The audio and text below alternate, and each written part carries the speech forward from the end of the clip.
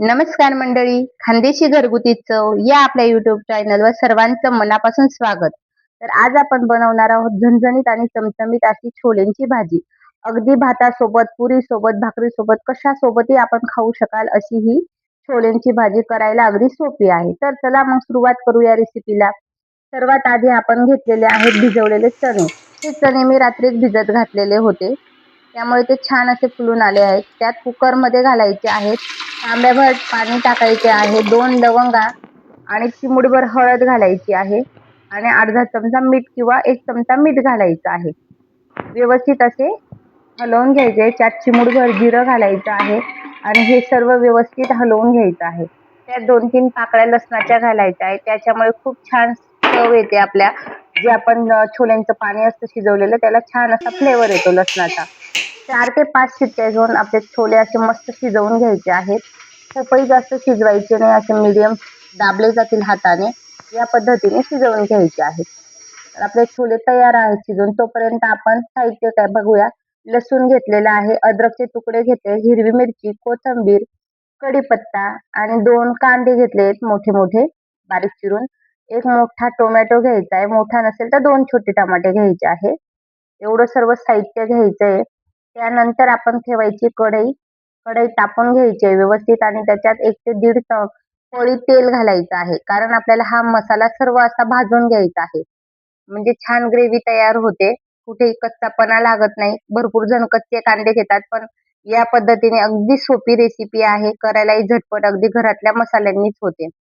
कढई तापल्यानंतर तेलात कढीपत्ता छान असा फ्राय करून घ्यायचा आहे. त्यानंतर त्यात अद्रकचे तुकडे घ्यायचे. ते पण व्यवस्थित असे फ्राय करून घ्यायचे आहेत. त्यानंतर घालायचे आहेत लसूण. लसूण एक छान असे भाजून घ्यायचे तेलामध्ये, जेणेकरून आपल्या ग्रेव्हीला कुठेही कच्चापणा लागणार नाही. त्यानंतर हिरव्या मिरच्या. हिरव्या मिरच्यांचे तुकडे बारीक करून घेतलेले आहेत. ते पण छान असे भाजून घ्यायचे तेलामध्ये. हलवत राहायचं आहे. त्यानंतर कोथिंबीर. भरपूर जण वरून एक कच्ची कोथिंबीर टाकतात, पण अशी एकदा ग्रेव्हीमध्ये जर दळून घेतली तर खूप छान स्ट्रक्चर येतं आपल्या ग्रेव्हीला आणि चवही छान येते. त्यानंतर कांदा काढून घ्यायचा आहे. कांदाही छान असा परतवायचा आहे तेलामध्ये. जर आपल्याला खूपच जास्त घट्ट ग्रेव्ही हवी असेल तर आपण कांद्याचे आणि टोमॅटोचे प्रमाण वाढवू शकतो. छानपैकी मंद आचेवर किंवा फुल गॅसवर जसं आपल्याला सतत हलवायचं आहे त्या हिशोबाने आपण गॅसचा फ्लेम ठेवू शकतो. व्यवस्थित असे कांदे भाजून घ्यायचे आहेत. कुठेही काळे होणार नाही या पद्धतीने गॅसची फ्लेम ठेवायची आहे. व्यवस्थित असे भाजून घ्यायचे. पिंक कलर येईपर्यंत आपल्याला कांदे छान हे करायचे आहेत. त्यानंतर आपण घ्यायचे आहे टोमॅटो. टोमॅटो पण छान असे परतवून घ्यायचे तेलावर. ही भाजी आपण भटुऱ्यांसोबतही करू शकतो, पण भटुऱ्यांची रेसिपी एखाद्या वेळेस मी अपलोड करेल, तुम्ही कमेंटमध्ये सांगा. पण अशीही तुम्ही पोळीबरोबर अगदीच मनसोक्त खाऊ शकतात. त्यानंतर घ्यायचा आहे किचन किंग मसाला. मसाले आपलं टोमॅटो, कांदा चांगला छान परतवून घेतलेला आहे. त्यानंतरच मसाले टाकायचे आहेत. मसालाही छान असा हलवून घ्यायचा आहे. काळं तिखट आपल्या आवडीनुसार तुम्ही कमी जास्त करू शकतात. मी 1च चमचा टाकला आहे, कारण जास्त गरम मसाला नकोय मला. त्याच्यानंतर 1.5 चमचा लाल तिखट घेतलंय. तिखटाचं प्रमाणही तुमच्या आवडीनुसार ठेवू शकतात. हवं असेल तर आपण यात छोले मसालाही ॲड करू शकतो. पण याच मसाल्यांनी खूप छान भाजी लागते. व्यवस्थित असं परतल्यानंतर त्याच्यात थोडंसं पाणी घालायचंय, म्हणजे आपले मसाले जळणार नाही. या पाण्यातच मसाल्यांना छान तेल सुटेपर्यंत परतवून घ्यायचंय. कांदाही मऊ होईल आणि टमाटेही व्यवस्थित शिजले जातील अशा पद्धतीने सगळे जिन्नस फ्राय करून घ्यायचे आहेत. एकाच बाजूने व्यवस्थित असं परतवत राहायचंय सतत, म्हणजे आपली एकच बाजू जळणार नाही. पुन्हा थोडंसं पाणी घालायचं आहे. आपल्याला जर वाटलं की टोमॅटो कच्चा आहे, तर पुन्हा पाणी घालायचं आणि पुन्हा हा मसाला छान असा परतवत राहायचा आहे, तेल सुटेपर्यंत. खूप जास्त पाणी टाकायचं नाहीये. त्यानंतर आपण व्यवस्थित असं पुन्हा हलवून घेतलं. बघा किती छान मसाला जळालेलाही नाहीये आणि व्यवस्थित असा शिजलेलाही आहे. कारण त्याचं प्रमाण गॅसचं व्यवस्थित ठेवलेलं होतं. त्यानंतर तुमच्याकडे फ्रेश क्रीम असेल तर फ्रेश क्रीम किंवा नसेल तर आपण दुधावरची सायही घेऊ शकतो. याच्याने काय होतं, की भाजीला खूप क्रीमी टेक्स्चर येतं आणि खायला पण खूप छान अशी मिल्की भाजी लागते. त्यामुळे आपण कुठली पनीरची असो किंवा कुठली काजू करी वगैरे जरी बनवत असाल, तर या पद्धतीने आपण थोडीशी साय मसाल्यामध्ये भाजताना टाकायची. खूप छान ग्रेव्ही तयार होते. चवच खूप छान लागते. अशा पद्धतीने एकदा नक्की ट्राय करून बघा. रेसिपी आवडत असेल तर नक्की आपल्या चॅनलला सबस्क्राईब करा. मसाला गार झाल्यानंतर मिक्सरच्या भांड्यामध्ये काढून घ्यायचा आहे आणि छान बारीक असा वाटण करून घ्यायचं आहे.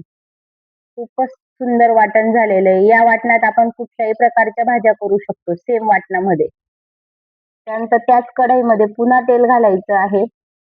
तेल तुम्ही तुमच्या आवडीनुसार घालू शकतात. हवं असेल तर एक बटरची क्यूबही टाकू शकतात.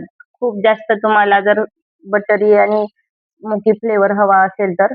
त्यानंतर त्याच्यात तेजपान घातले, 2-3 लवंगा, 1 विलायची, मिरी घातली आणि आपलं हे जे दळलेलं वाटण आहे ते टाकून घ्यायचंय.